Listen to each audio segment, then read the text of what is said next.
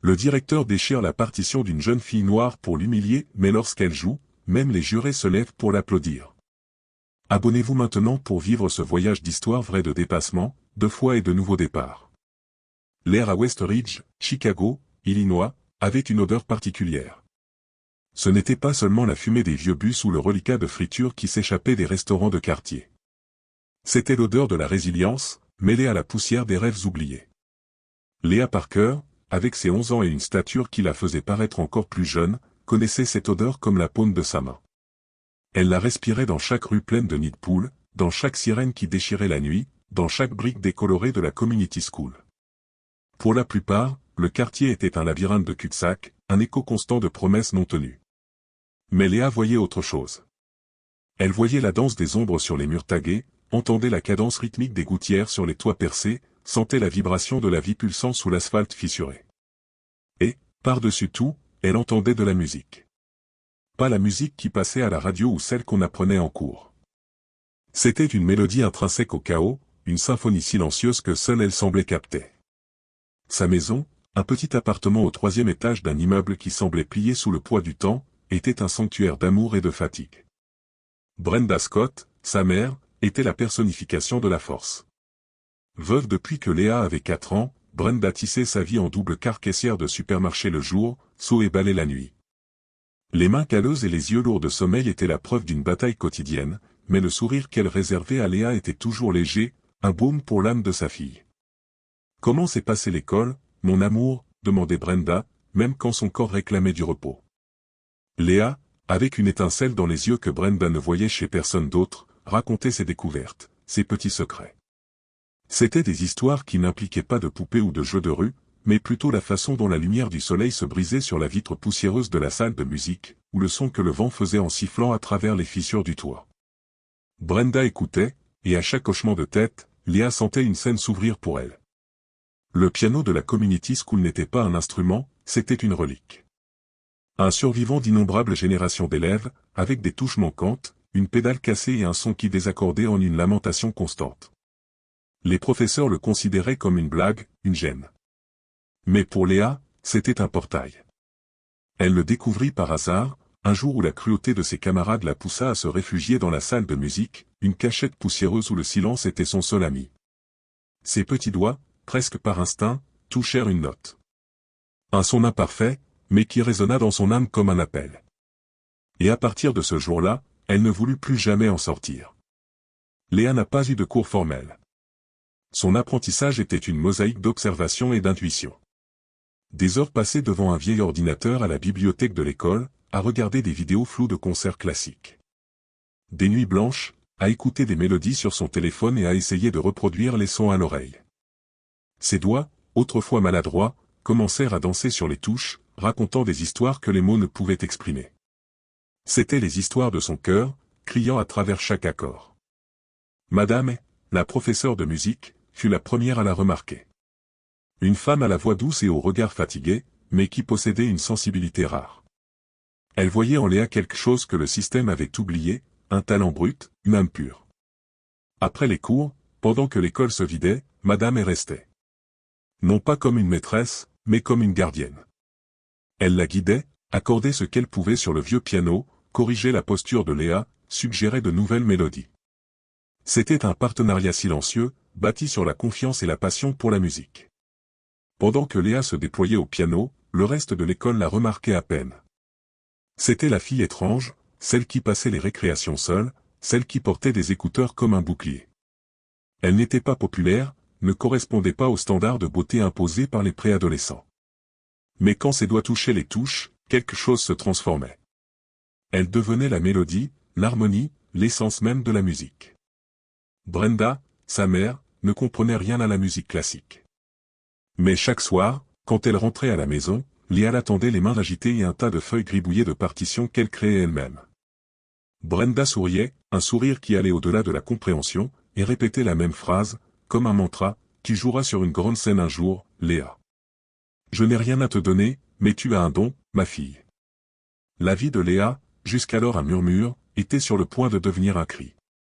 Par un froid matin de novembre, une annonce résonna dans les couloirs de la community school, une annonce qui pour beaucoup ne serait qu'une formalité bureaucratique de plus, mais qui pour Léa sonna comme le roulement d'un tambour de guerre. L'école avait été sélectionnée pour participer au Festival municipal des talents scolaires. Un événement annuel où les écoles publiques et privées de la ville s'affrontaient dans diverses catégories. La nouvelle passa inaperçue pour beaucoup, mais pas pour Léa. Son cœur, auparavant un rythme doux, s'accéléra en un galop désordonné.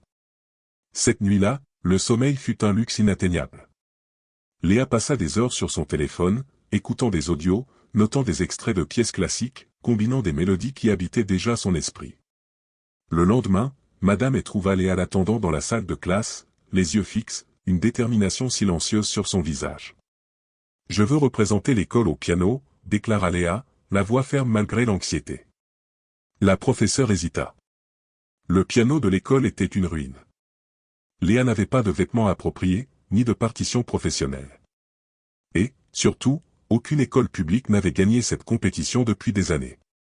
La victoire revenait toujours à l'Elite Academy, une institution renommée, avec son conservatoire d'élite et ses élèves entraînés dès la petite enfance.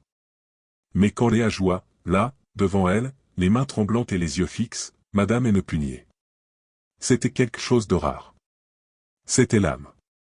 C'était la vérité. Avec l'accord réticent de la direction de l'école, Léa fut officiellement inscrite comme représentante de la Community School dans la catégorie solo de piano. L'école n'avait de budget pour rien, ni pour un costume, ni pour de nouveaux équipements. Mais la nouvelle se répandit comme un secret chuchoté, et la solidarité commença à germer.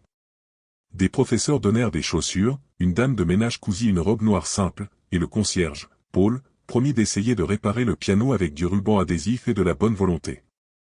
Pendant ce temps, de l'autre côté de la ville, à l'Elite Academy, les préparatifs étaient d'un autre niveau. Olivia White, l'élève choisie pour représenter l'école, était l'antithèse de Léa. Blanche, blonde, fille d'un homme d'affaires influent, Olivia étudiait le piano classique depuis l'âge de 3 ans. Son entraîneur personnel, Maestro Brox, possédait un diplôme européen et une réputation impeccable. Olivia jouait avec une technique irréprochable, et sa présentation était la plus attendue de l'événement. Le directeur de l'Elite Academy, M. Harrison, était un homme qui exudait une fierté, presque pathologique, envers son école. Grand, impeccablement vêtu de costumes coûteux, avec un sourire cynique qui n'atteignait que rarement ses yeux. Il cachait à peine son mépris pour les écoles publiques. Pour lui, le festival n'était qu'une formalité. La victoire de son école était une certitude. Et quand il apprit qu'une jeune fille noire d'une école pauvre serait sa concurrente directe, il rit. Ils veulent rivaliser avec ça, commenta-t-il, secouant la tête dans un geste de dédain. Quelle perte de temps. Léa, inconsciente des commentaires malveillants, poursuivait ses répétitions. Chaque erreur était corrigée avec patience. Chaque jour apportait un nouveau défi. Le piano se désaccordait, et elle mémorisait plus vite. Sa main tremblait, et elle jouait plus lentement. Les autres riaient, et elle transformait la douleur en carburant. La peur était là, oui, mais la volonté était plus forte. Brenda commença à quitter son deuxième travail plus tôt, juste pour attendre Léa à la porte de l'école et lui tenir la main sur le chemin du retour. Elle voyait dans le regard de sa fille une lumière que même la fatigue ne parvenait pas à éteindre. La ville entière n'avait aucune idée, mais quelque chose d'extraordinaire était sur le point de se produire. En ce lundi pluvieux, la Community School semblait enveloppée d'un silence encore plus profond que d'habitude. Les gouttières, compagnes constantes, rythmaient une mélancolie sur des seaux improvisés dans les couloirs. Les chauffages, vieux et bruyants, luttaient pour réchauffer les salles moisies, tandis que les enfants, trempés dans leurs manteaux, se traînaient dans les couloirs. C'était un jour ordinaire, un jour sans grandes attentes pour ceux qui avaient déjà appris à ne pas attendre grand-chose de la vie. Dans la salle des professeurs, la directrice Clark, feuilletait des papiers avec un air de résignation, marmonnant pour elle-même. Sa routine fut interrompue par une enveloppe, scellée avec le blason du département municipal de l'éducation. Elle l'ouvrit sans hâte, anticipant plus de bureaucratie, mais ce qu'elle trouva fit écarquiller ses yeux de surprise.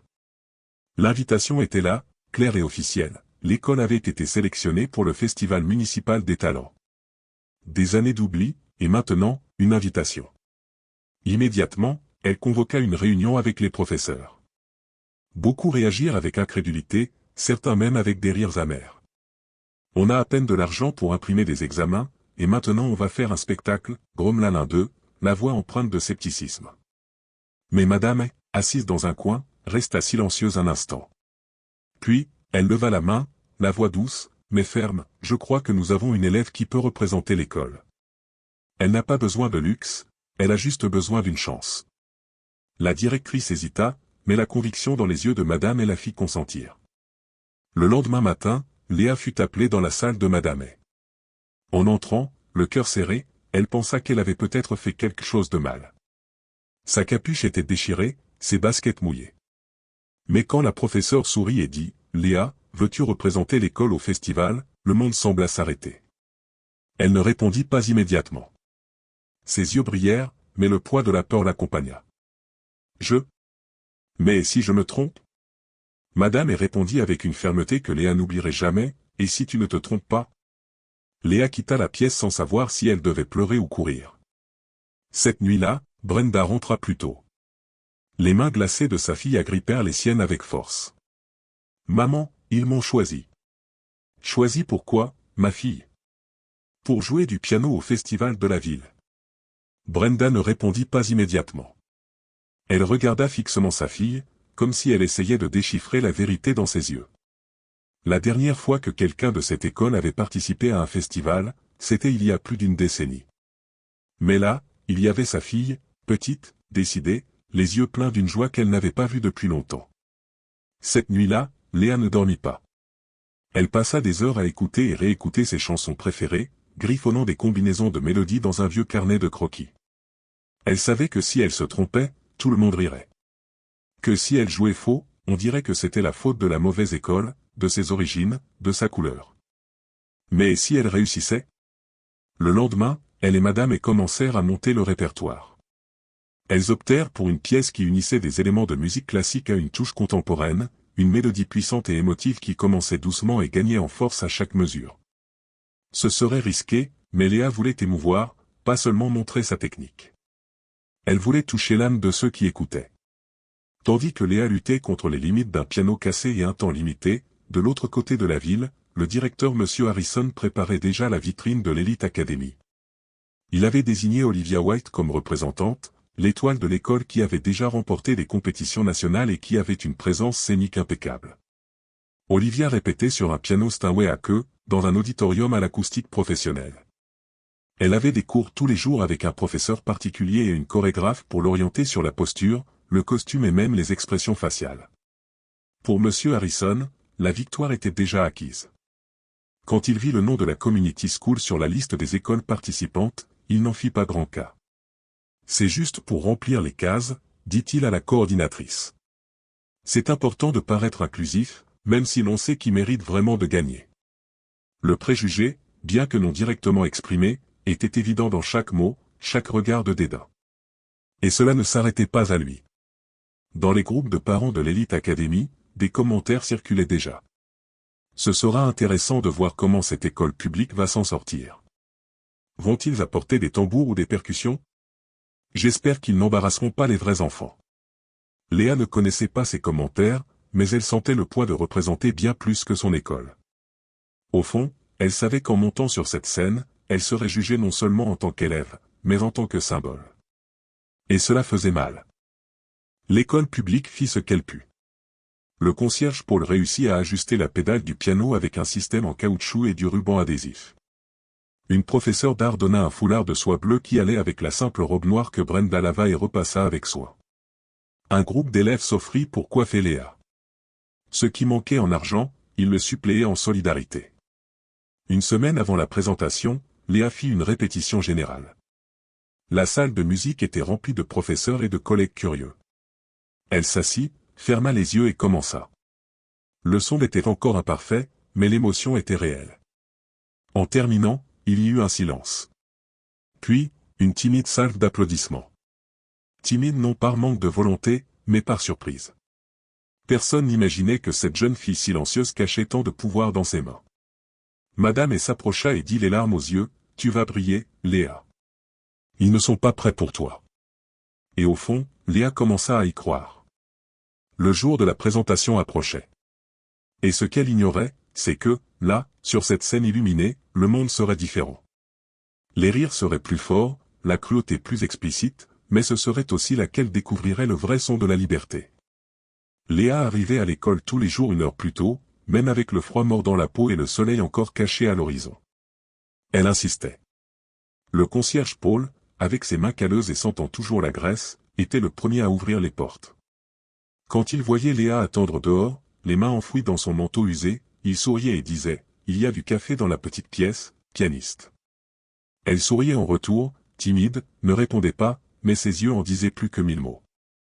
Elle marchait à toute vitesse jusqu'à la salle de musique, allumait la lumière vacillante du plafond et s'asseyait sur le tabouret tordu devant le piano réparé de fortune. Le piano de l'école, malgré les soins du concierge, restait un défi. Certaines touches retardaient le son, d'autres répondaient par un grincement métallique.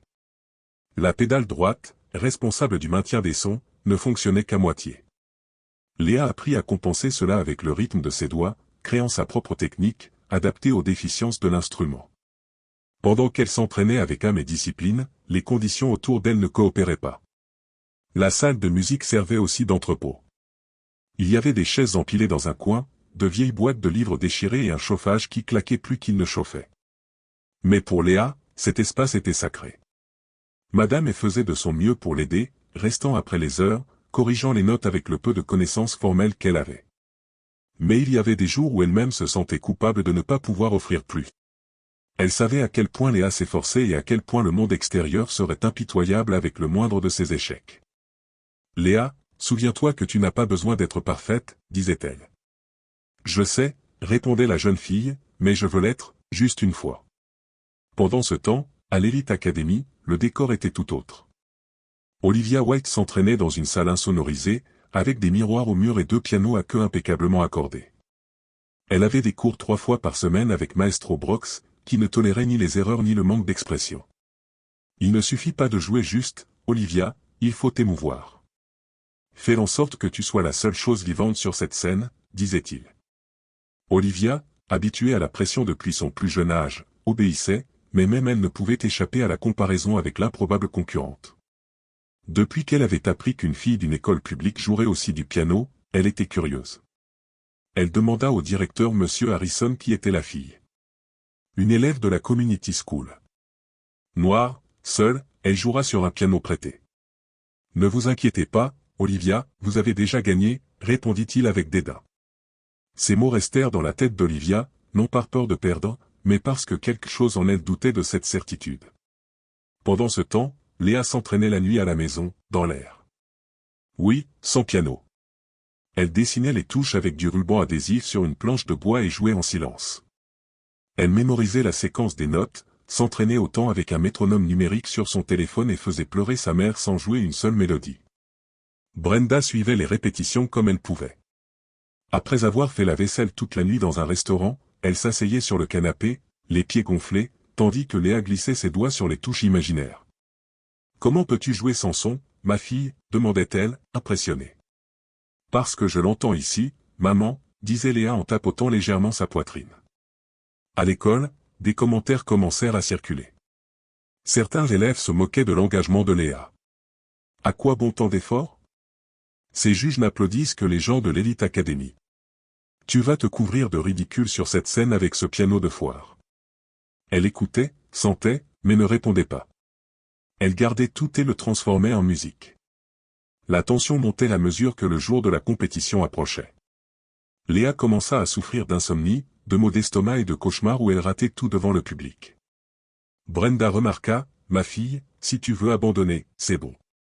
Tu es déjà incroyable. » Non, j'irai jusqu'au bout. Un samedi, l'école organisa une simulation. Ils improvisèrent une scène sur le terrain de sport. Les professeurs et quelques élèves vinrent assister. Léa portait la même robe simple qu'elle utiliserait le grand jour. Le piano, toujours désaccordé, était au centre. Elle s'assit, ferma les yeux et joua. La mélodie commença doucement, mais gagna en fermeté. C'était une composition hybride, en partie classique, en partie originale, quelque chose entre Bach et l'âne de la rue. Quand elle eut terminé, il y eut un silence. Certains applaudirent avec surprise, d'autres résistaient encore, leurs préjugés trop profondément enracinés pour céder. Mais madame pleurait. Paul, le concierge, aussi. Et Brenda ne pouvait s'arrêter de sourire. À ce moment, Léa réalisa quelque chose d'important, elle n'avait pas besoin que tout le monde applaudisse. Il suffisait qu'il ressente. La dernière semaine avant la présentation officielle, Léa intensifia ses répétitions. Elle s'entraînait jusqu'à ce que ses doigts lui fassent mal. La professeure d'art trouva une trousse de maquillage usagée pour améliorer son apparence sur scène. Les élèves tressèrent ses cheveux avec soin, et la directrice lui donna une paire de boucles d'oreilles discrètes en fausses perles. C'était tout simple, mais fait avec amour.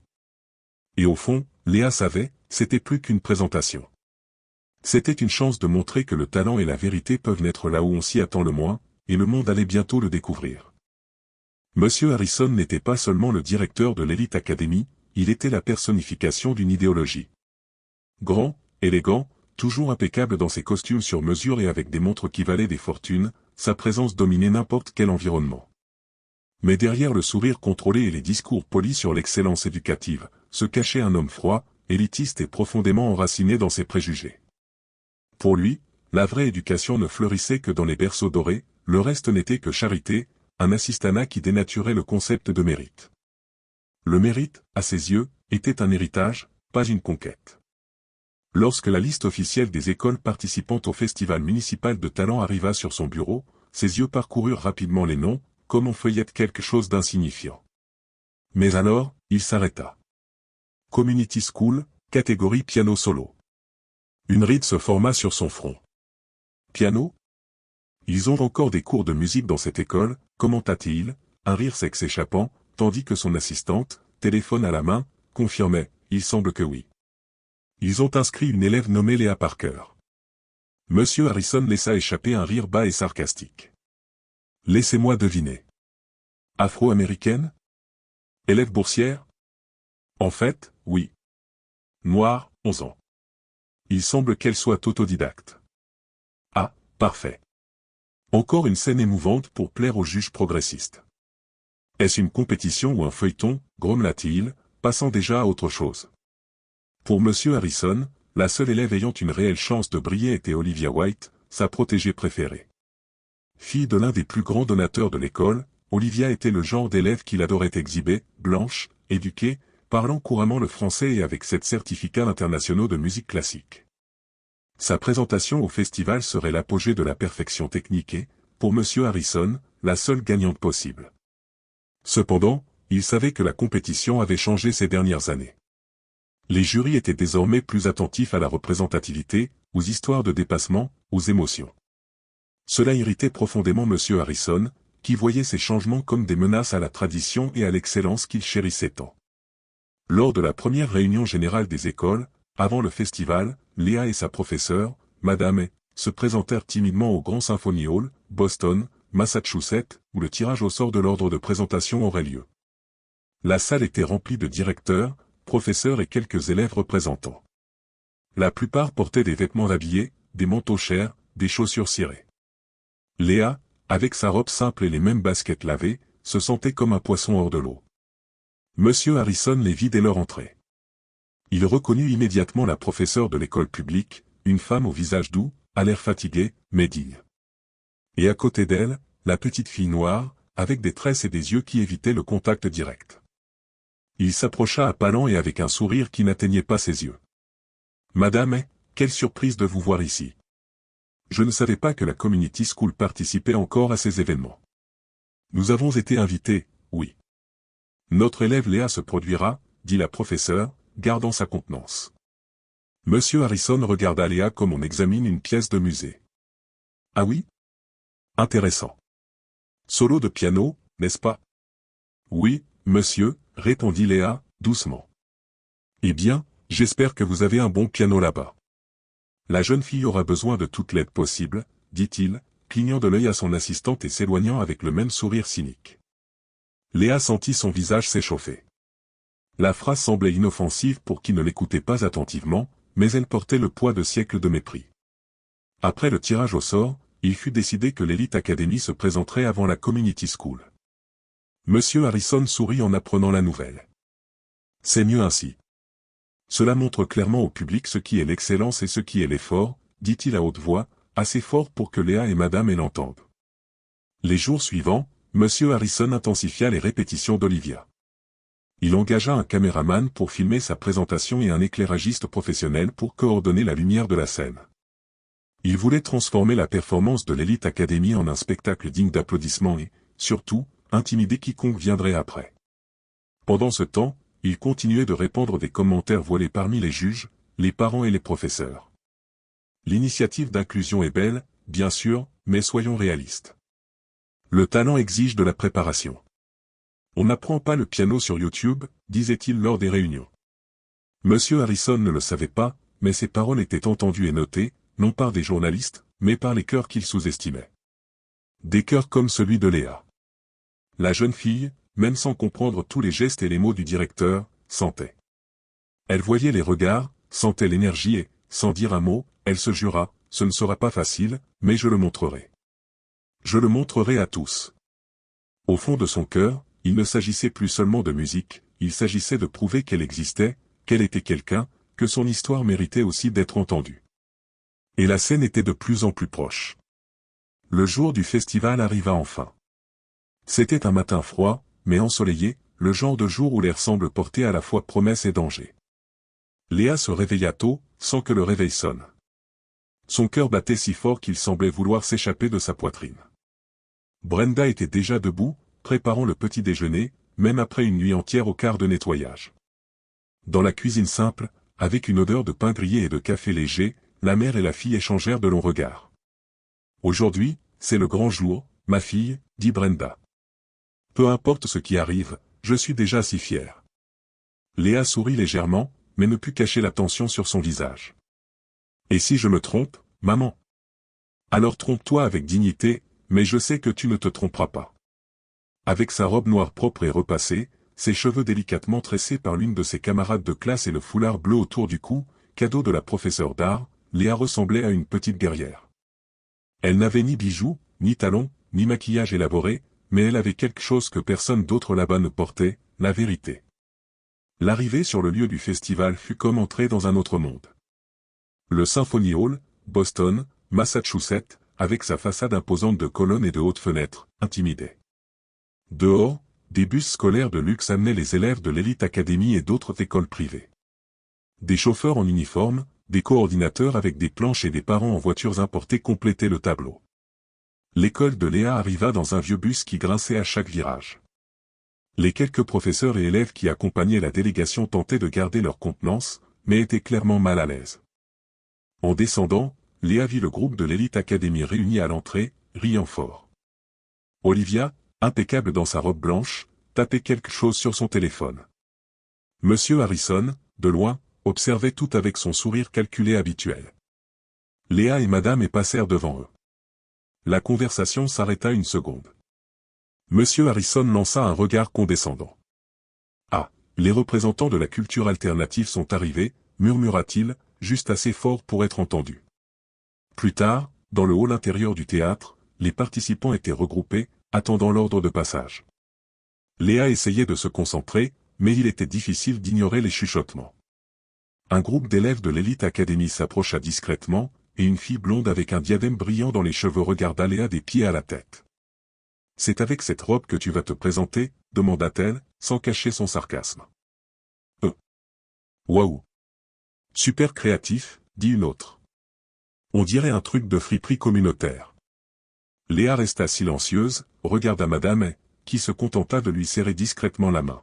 « N'écoute pas, » murmura la professeure.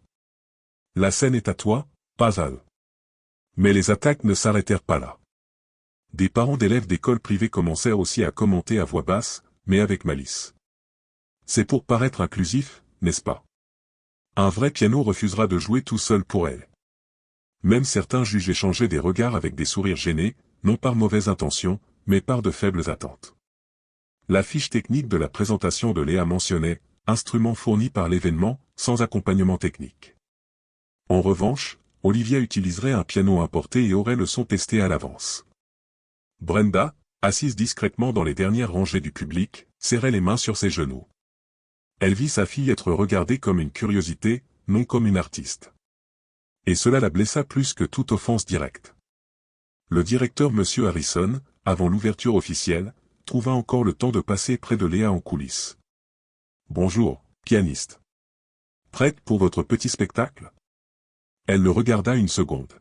« Prête, répondit-elle sèchement. « Très bien.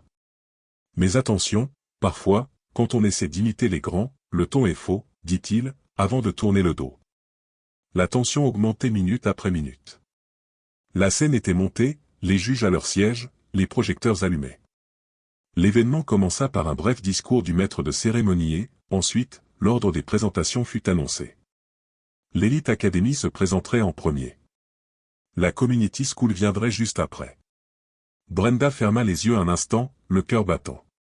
Elle savait que le poids de cet ordre n'était pas une coïncidence. Léa se préparait en coulisses, le cœur battant comme un tambour de guerre. De l'autre côté du rideau, Olivia montait sur scène sous une vague d'applaudissements enthousiastes. La présentation d'Olivia serait une pièce classique, rapide, technique, propre. Le public, déjà familiarisé avec le nom de la prodige, se tut en signe de révérence. Quand elle eut terminé, le public explosa en applaudissements. Le directeur M. Harrison se leva, fier, comme s'il avait lui-même joué chaque note. Le son de la victoire sembla résonner dans tout le théâtre, amplifiant la pression sur Léa. Léa observait tout depuis le coin sombre des coulisses. C'était la première fois qu'elle voyait, en direct, une prestation avec un piano de cette envergure, un Steinway importé, parfaitement accordé. Les lumières, le son, la présence scénique d'Olivia, tout semblait trop grandiose, presque inatteignable. Mais ce qui la marqua le plus, ce ne fut pas la musique elle-même, ce fut le public. La façon dont tous regardaient Olivia avec admiration, avec respect, avec révérence. Olivia était traitée comme une artiste, comme quelqu'un qui avait déjà gagné avant même de jouer. Léa sentit une boule dans la gorge. Elle savait que personne ne la regarderait de la même façon. La musique d'Olivia se termina par une séquence rapide et dramatique. Elle tint le dernier accord pendant quelques secondes et, en le relâchant, retira délicatement ses mains du piano, comme si elle mettait fin à un rituel sacré. Le silence dura moins de 2 secondes, puis le public explosa en applaudissements. Des parents se levèrent, des professeurs sifflèrent, certains applaudirent debout. Monsieur Harrison se leva aussi, comme si cette victoire était personnelle. Il applaudissait lentement, savourant le moment, le regard fixé vers les coulisses, là où se trouvait Léa. Olivia s'inclina avec élégance et quitta la scène sous une vague d'éloges. Dans les couloirs, ses camarades l'embrassaient, les mères prenaient des photos, et Maestro Brox la félicitait à voix haute, à dessein, « Tu as été impeccable. Ça, c'est de la vraie musique. » Léa, toujours cachée derrière le rideau, pouvait à peine respirer. Elle tenait la partition déchirée dans ses poings, les yeux embués. La voix de Madame est douce, mais ferme, « Tu es différente. N'essaie pas d'être comme elle. Fais-le à ta manière. » Pendant ce temps, dans le public, Brenda restait assise. Elle n'avait pas applaudi debout, non pas qu'elle ne reconnaisse pas le talent d'Olivia, mais parce qu'elle savait ce que cela signifiait pour sa fille. C'était comme assister à la perfection exhibée pour intimider le monde. Le maître de cérémonie retourna sur scène et annonça, « La prochaine présentation sera de la jeune Léa Parker, représentant la Community School. » Il y eut un silence plus long, sans murmure, sans attente, juste le silence. Un genre de silence inconfortable, comme si le public s'attendait déjà à quelque chose de bien inférieur à ce qu'il venait de voir. Monsieur Harrison croisa les bras, souriant. « Ça va être une bonne pause, » murmura-t-il, riant avec un père à côté. Et puis Léa entra. Seule. Sans partition visible, sans costume élaboré, sans lumière spéciale. Juste elle et le piano. Le public resta silencieux. Certains chuchotèrent. D'autres croisèrent les bras. Un juge regarda l'autre avec une expression neutre, comme quelqu'un qui pense, voyons ce que ça donne. Monsieur Harrison, du fond du théâtre, se pencha en arrière avec arrogance. Le plaisir va commencer. Sur scène, Léa s'assit. Elle regarda les touches, mais ne toucha pas encore. Non. D'abord, elle ferma les yeux, respira.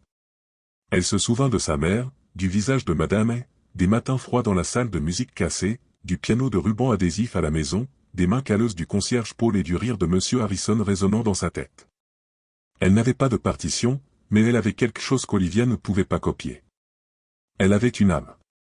Et c'est alors que le moment le plus humiliant de la soirée se produisit. Avant qu'elle n'atteigne le banc du piano, Monsieur Harrison traversa la scène, faisant semblant d'organiser quelque chose. Il s'arrêta à côté de Léa, regarda la partition qu'elle tenait dans ses mains, la même que Madame, et avait soigneusement collée avec du ruban adhésif transparent, un geste symbolique de résistance. D'un geste rapide et cruel, Monsieur Harrison déchira le papier en deux. Le théâtre se figea. « Vous avez dit que vous étiez talentueuse, donc vous n'en aurez pas besoin, dit-il, avec un sourire venimeux. Certains rirent, d'autres restèrent silencieux. Brenda se leva au fond de la salle, instinctivement, mais furent tenus par une coordinatrice. Léa regarda les morceaux par terre, respira, regarda le piano, ferma les yeux et marcha jusqu'au banc. Le son du papier qui se déchirait résonna à travers le microphone qu'il portait accroché à son costume. Un murmure parcourut l'assistance. Quelques personnes rirent, pensant que cela faisait partie d'une performance. D'autres étaient confuses. Au premier rang, Madame se leva sous le choc. Brenda, du public, porta la main à sa bouche. Son cœur s'emballa. Léa resta paralysée. Monsieur Harrison, avec le même sourire cynique, dit « Eh bien, si vous connaissez la musique, vous n'en aurez pas besoin, n'est-ce pas ?» Il laissa tomber les morceaux devant elle. Ce fut comme une gifle. Comme une sentence. Comme la concrétisation de tout ce qu'on avait dit derrière son dos, qu'elle n'avait pas sa place sur cette scène, qu'elle était là par charité, qu'elle n'était pas assez bonne. Elle sentit ses yeux se mouiller, mais refusa de laisser la larme tomber. Le monde entier sembla figé à cet instant. Les juges chuchotaient, certains professeurs s'échangeaient des regards, mais personne ne se leva, personne n'intervint. Monsieur Harrison se contenta de se retourner et de s'en aller, comme si rien ne s'était passé. La honte brûlait la peau de Léa. Un instant, tout en elle voulut courir, disparaître. La gorge se serra, les doigts tremblèrent. Elle regarda les morceaux déchirés par terre. Ils représentaient tant, l'effort, les nuits blanches, les répétitions en silence, la fierté de sa mère. Et maintenant ils étaient là, comme des ordures. Brenda, du public, se leva, cria, « Ma fille, regarde-moi !» Léa tourna la tête et vit. Elle vit les yeux de sa mère remplis de larmes, mais non de pitié. De force. D'amour. Madame était juste derrière, également debout, la main sur la poitrine, comme pour dire « Tu peux encore ». À ce moment-là, quelque chose changea. La peur ne disparut pas, mais elle fut repoussée par le courage. Léa ferma les yeux, prit une profonde inspiration, se baissa, ramassa les morceaux de la partition déchirée et les mit dans la poche de sa robe. Elle marcha jusqu'au piano, s'assit, ajusta sa posture comme répété des milliers de fois, puis ferma à nouveau les yeux. C'était comme si elle était de retour dans la salle de musique de l'école, avec le plancher qui grinçait et l'odeur de vieille peinture. Comme si le monde autour d'elle avait disparu. Ses doigts se posèrent sur les touches, et le silence se transformerait en son. Le silence était si dense dans la salle que l'on entendait le léger grincement du banc de bois sous le poids de Léa. Assise devant le piano, les yeux fermés et les morceaux de la partition déchirés encore dans sa poche, elle ressemblait à une statue. Mais à l'intérieur, son cœur battait comme un tambour de guerre, un rythme ancestral qui faisait l'écho à la force des générations. Léa respira profondément, 1, 2, 3 fois. Et puis, comme si elle se libérait de quelque chose de bien plus grand que la peur, ses doigts touchèrent enfin la première note. Ce fut une seule note. Soutenue. Pleine. Ferme. Cette première note n'était pas seulement le début d'une mélodie, c'était un message. Léa n'avait pas besoin de partition, elle n'avait pas besoin d'approbation. Elle avait quelque chose que personne ne pouvait lui enlever. Elle avait l'âme de la musique. Le public, encore sous le choc de l'humiliation infligée par le directeur M. Harrison, s'arrêta. Les têtes commencèrent à se tourner. Les corps se redressèrent sur les sièges. Quelque chose était en train de se passer, quelque chose d'inattendu. Les premiers accords furent doux, presque timides. L'introduction de la pièce s'écoulait comme un souvenir chuchoté, un secret partagé seulement entre elle et l'instrument. Mais peu à peu, le son grandissait, non pas en volume, mais en profondeur. C'était comme si le piano se réveillait d'un profond sommeil, et avec lui, tous les présents. Les mains de Léa se mouvaient avec précision, mais sans rigidité. Elle n'imitait pas Olivia, elle ne suivait pas la formule. Elle interprétait, respirait avec la musique, changeait l'intensité selon ce qu'elle ressentait. C'était une danse intime entre le sentiment et le son, une conversation entre le passé et le présent, entre la douleur et l'espoir. Dans le public, les juges commencèrent à se pencher en avant. L'un d'eux, le plus expérimenté, un homme noir en costume bleu marine, regarda ses collègues et murmura, « Est-elle en train de jouer ça de mémoire ?» Un autre répondit, la voix brisée, « Non, elle joue avec son âme. » Au premier rang, Monsieur Harrison regardait confus. Le sourire ironique avait disparu, remplacé par une expression d'incrédulité. Il croisa les bras, tendus. Cette fille qu'il avait ridiculisée, qu'il avait tenté de briser, dominait maintenant la scène sans dire un mot, juste par la force de son art.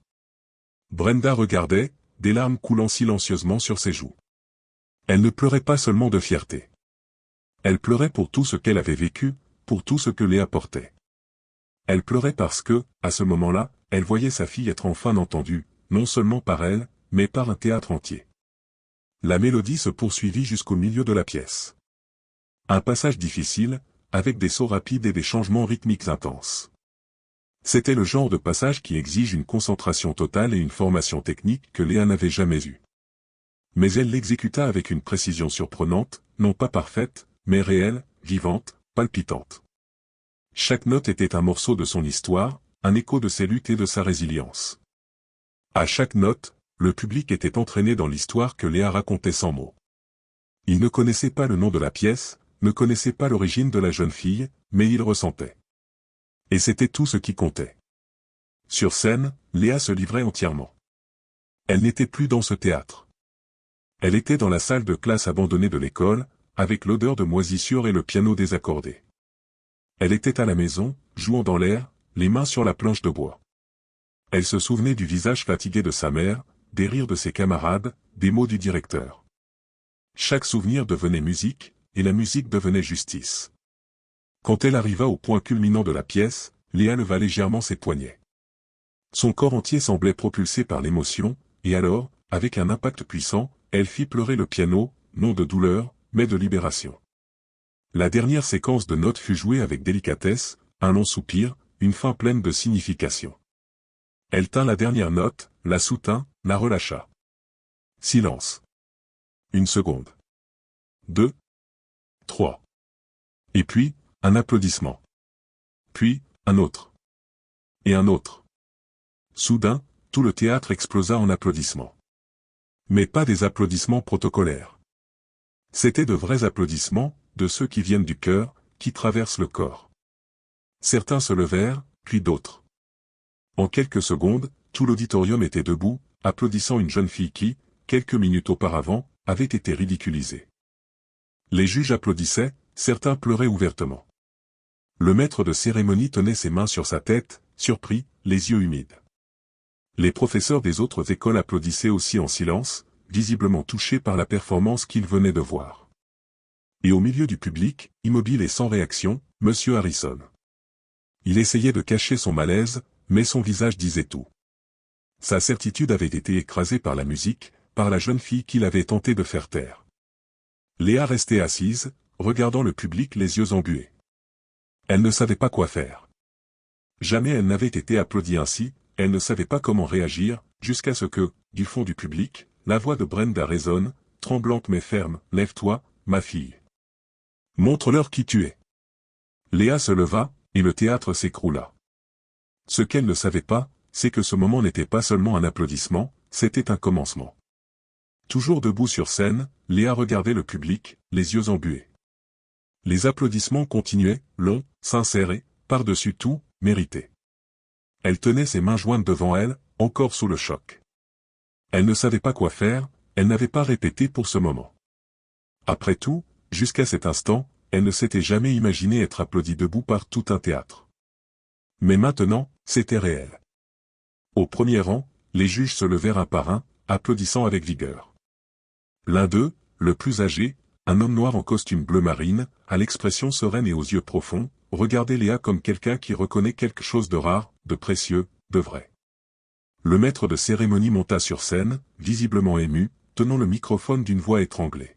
« Mesdames et messieurs, nous venons d'assister à un moment unique. Léa Parker. Vous n'avez pas seulement joué de la musique, vous nous avez tous touchés. » Le public applaudit encore plus fort. Des cris de soutien vinrent des galeries supérieures. « Bravo. Magnifique. C'est une vraie artiste. En coulisses, l'équipe technique se regardait bouche bée. La directrice de la Community School pleurait comme une enfant, les mains couvrant son visage.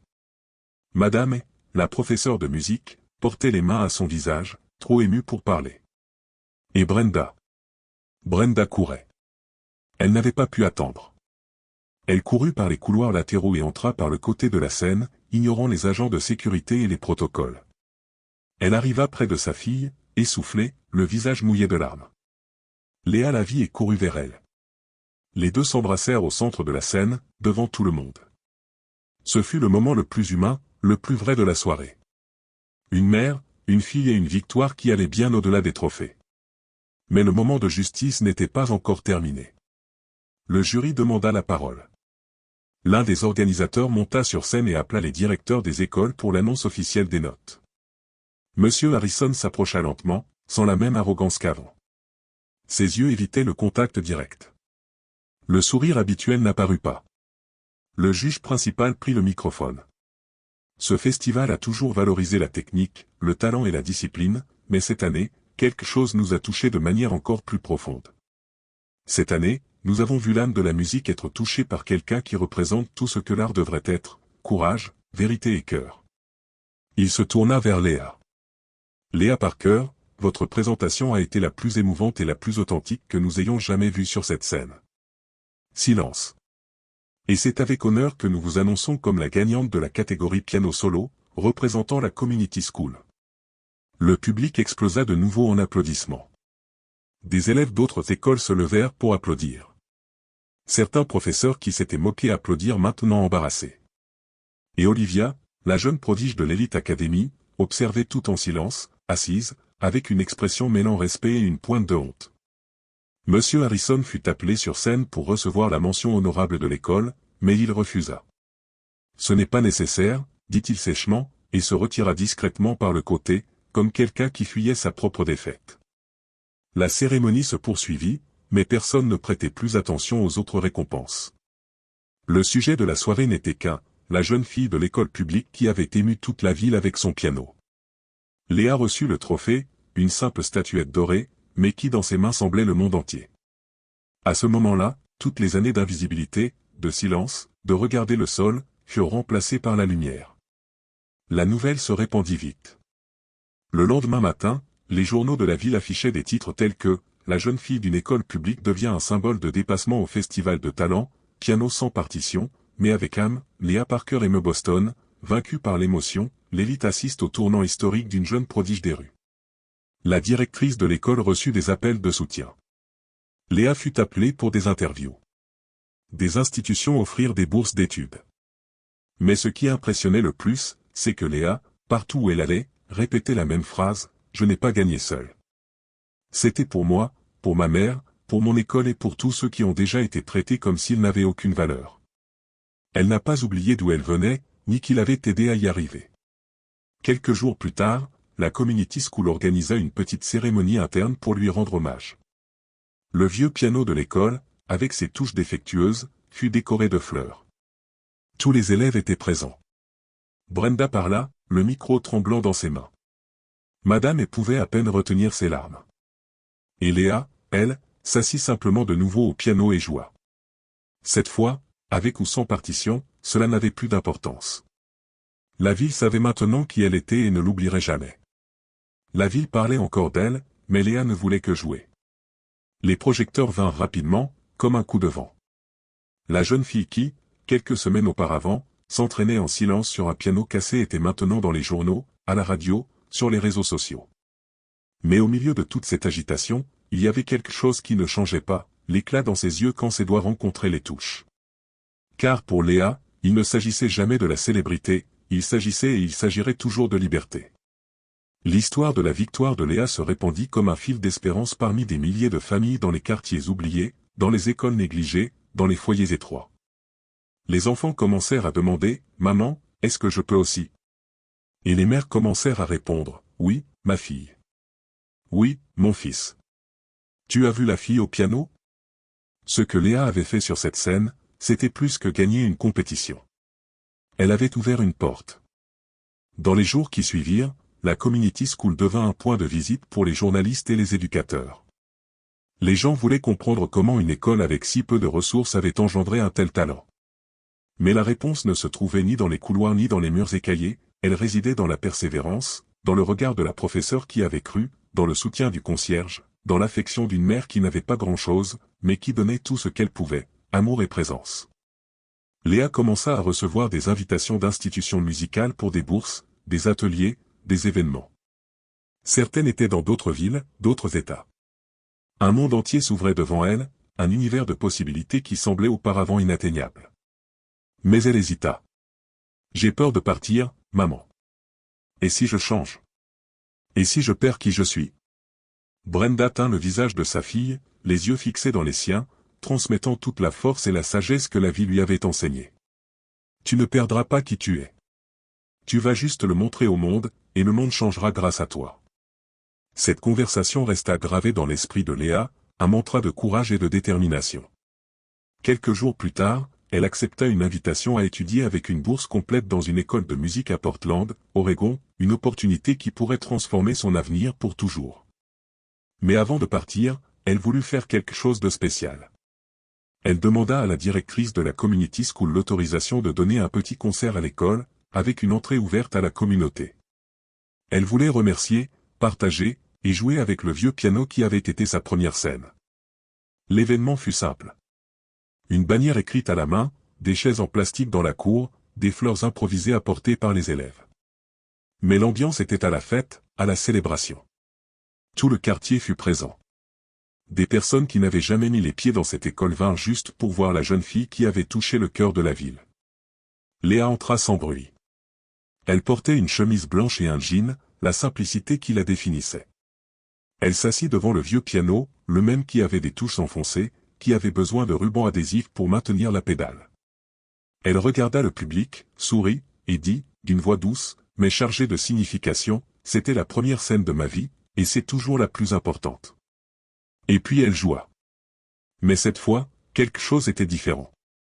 Elle ne jouait plus seulement pour être acceptée, pour prouver sa valeur. Elle jouait pour remercier, pour guérir, pour libérer. Chaque note était un hommage au concierge Paul, à Madame, à sa mère, et principalement à la Léa d'avant, cette jeune fille silencieuse qui s'entraînait seule, même quand personne ne croyait en elle. C'était une mélodie de gratitude, de dépassement, d'amour inconditionnel. Après la présentation, elle fut étreinte, complimentée, entourée d'enfants. L'une d'elles, une petite fille de 7 ans, lui tint la main et demanda, les yeux brillants d'admiration, « Léa, je peux être comme toi. » Et elle répondit, avec un sourire qui illumina la cour, « Tu peux être meilleure. » Quelques semaines plus tard, Léa embarqua pour Portland, Oregon, avec sa mère. Une nouvelle phase allait commencer. Elle étudierait dans un conservatoire respecté, avec des professeurs renommés et des élèves du monde entier. Mais elle emporta avec elle deux choses qu'aucun diplôme ne peut donner, l'humilité de celle qui a été ignorée et la force de celle qui a résisté sans haine. Et le vieux morceau de partition déchiré.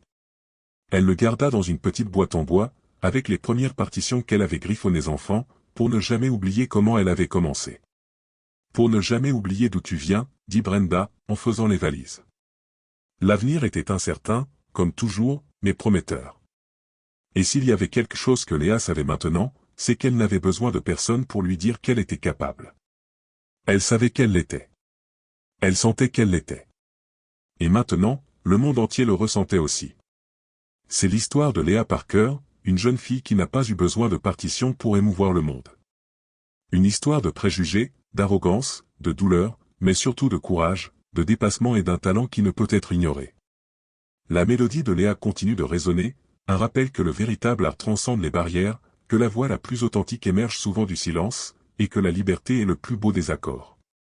Si cette histoire vous a touché, partagez cette vidéo, laissez votre commentaire et identifiez quelqu'un qui a besoin de croire davantage en lui-même. Rappelez-vous, chaque histoire de dépassement inspire des centaines d'autres personnes. Abonnez-vous à la chaîne pour ne pas manquer des histoires qui émeuvent, inspirent et montrent que rien n'est impossible pour ceux qui n'abandonnent pas.